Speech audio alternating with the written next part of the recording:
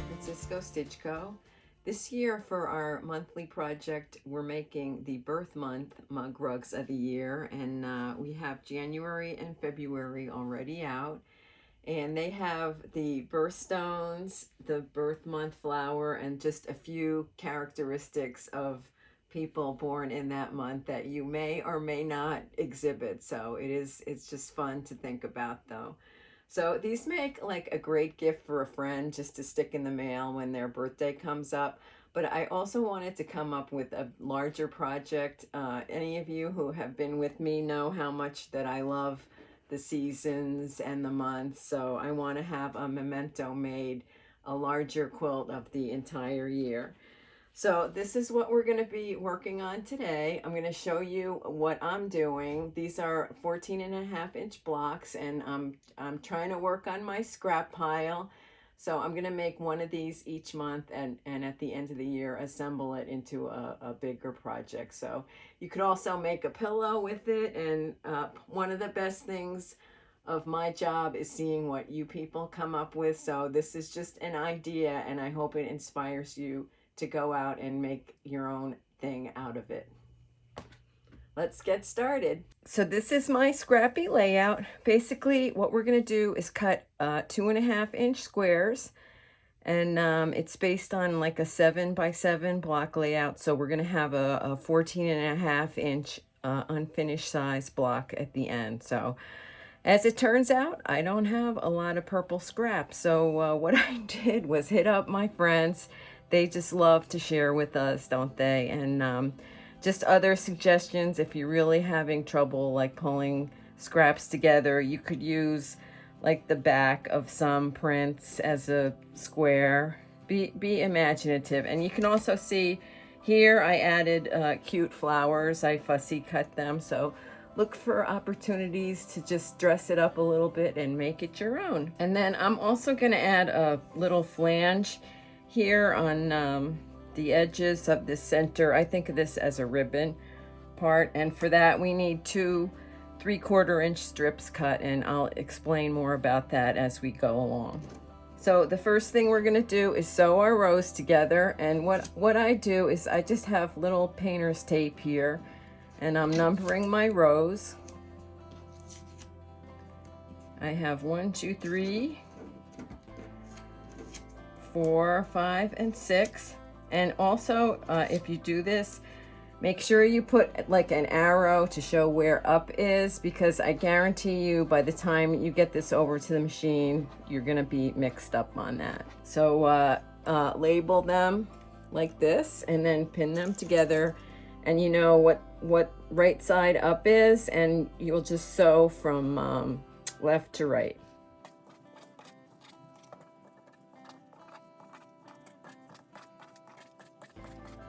Okay, I have my rows laid out here, and now I'm going to piece them together.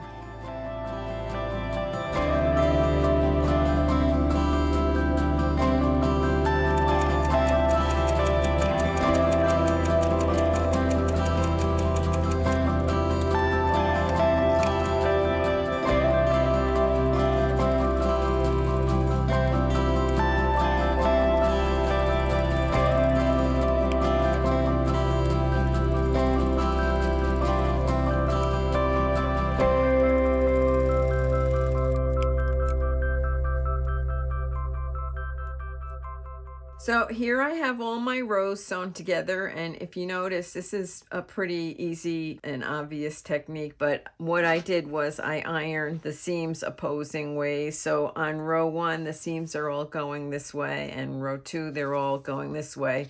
And that's going to help my matching of my seams as I sew the rows together. So when I pressed, I did take the tape off because I didn't need a melted sticky mess on my fabric.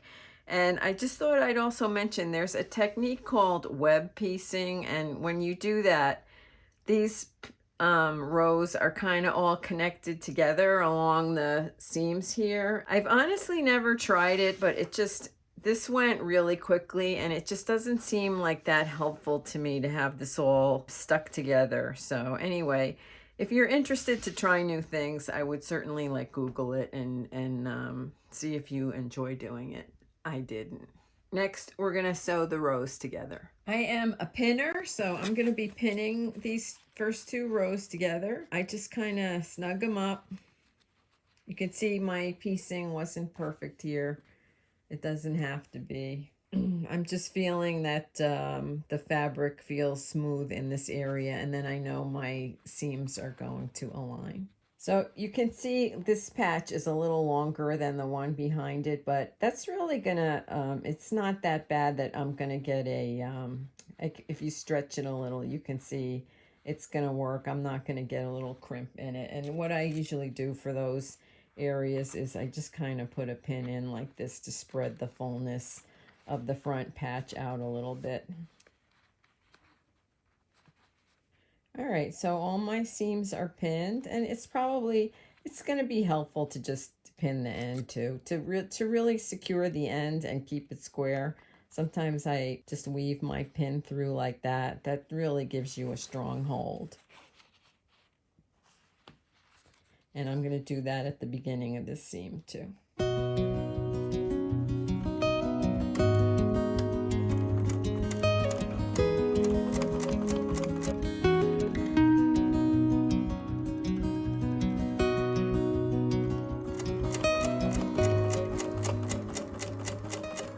This is the patch that had a little fullness to it, and you can see that I'm not getting a crimp there.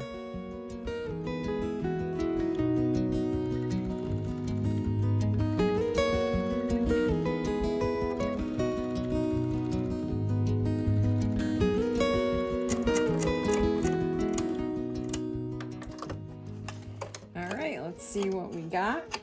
All right, the seams look great. Seems to me we did a good job. Okay, so I'm going to the rest of my rows off camera, but I will show you when I add the flange. Once we have our rows sewn together, now I'm going to add a little decorative flange to either side of my ribbon piece. And for this to look good, it has to be done pretty meticulously, so you decide if you're up to the challenge or not.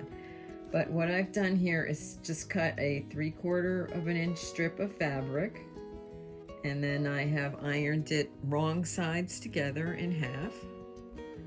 Okay, and then I'm gonna pin it to one side just to keep it very accurate. I'm gonna tack it on to my ribbon piece using just a basting size stitch at the 1/8 seam line, and I'm gonna do that on both sides of the ribbon.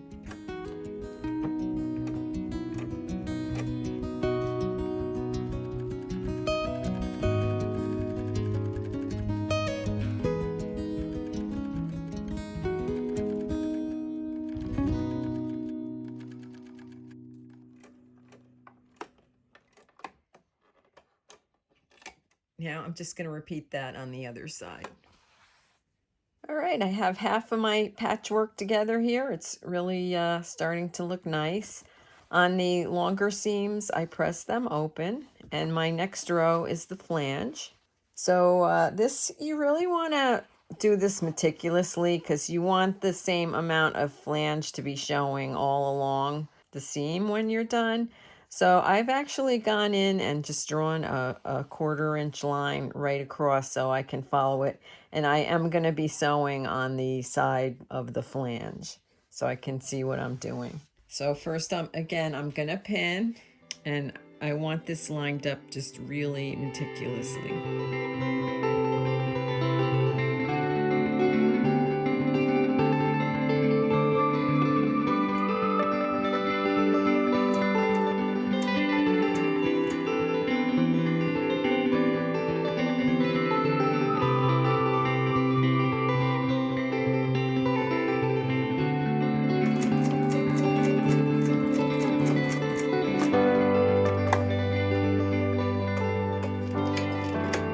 Okay, don't sew over pins.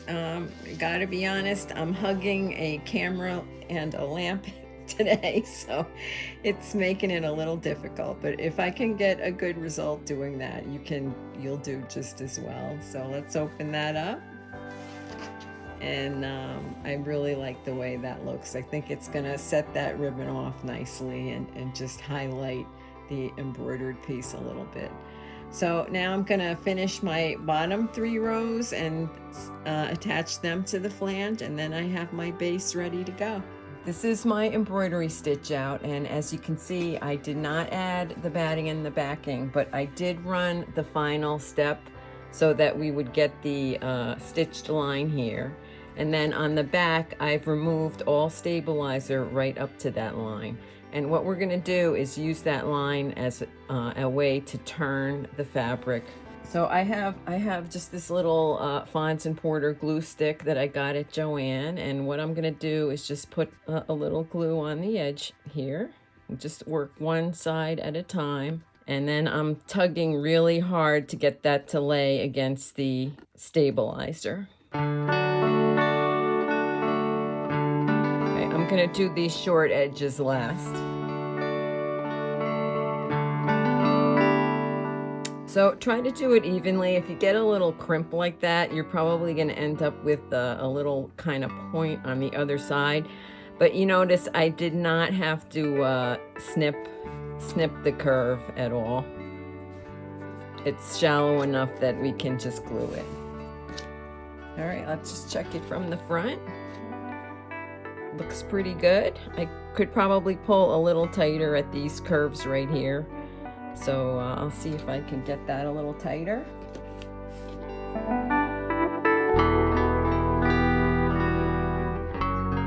All right, now I'm gonna work on the corners.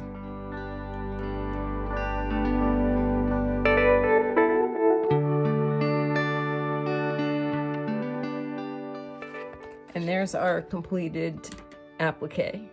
Ta-da! So here's the finished background. Just a couple pressing remarks at the end here that I did press the seam towards the ribbon, and the flange just kind of fell down this way, and that's fine. Sometimes it's best to just let things go where they want to go. So again, press this seam towards the ribbon, and then your flange will just naturally flip out. And I just love the way it looks. It's so exciting to see something that I've had in my mind for a while come together. And wait for it, wait for it. Here's a machine embroidered piece. And so at this point, I'm going to hand stitch my piece down. You may want to machine stitch. If you do, I just have a couple of tips, is just use invisible thread and just practice and get the tiniest zigzag stitch that you can possibly get. So what I'm gonna do tonight now is just put Elmer's glue on the back of this, lay it down, and put a heavy book on it overnight, just so when I do hand stitch, it's not flopping around. So there it is. That's one and done. 11 more months to go. So our January block is done. Be sure to minimize the video, and if you look below where it says see more, you can find the link to download the printed instructions, which has all the measurements and some tips on it. And I hope you enjoyed the video. I really appreciate all your comments. So thanks for joining me, and we'll see you in February.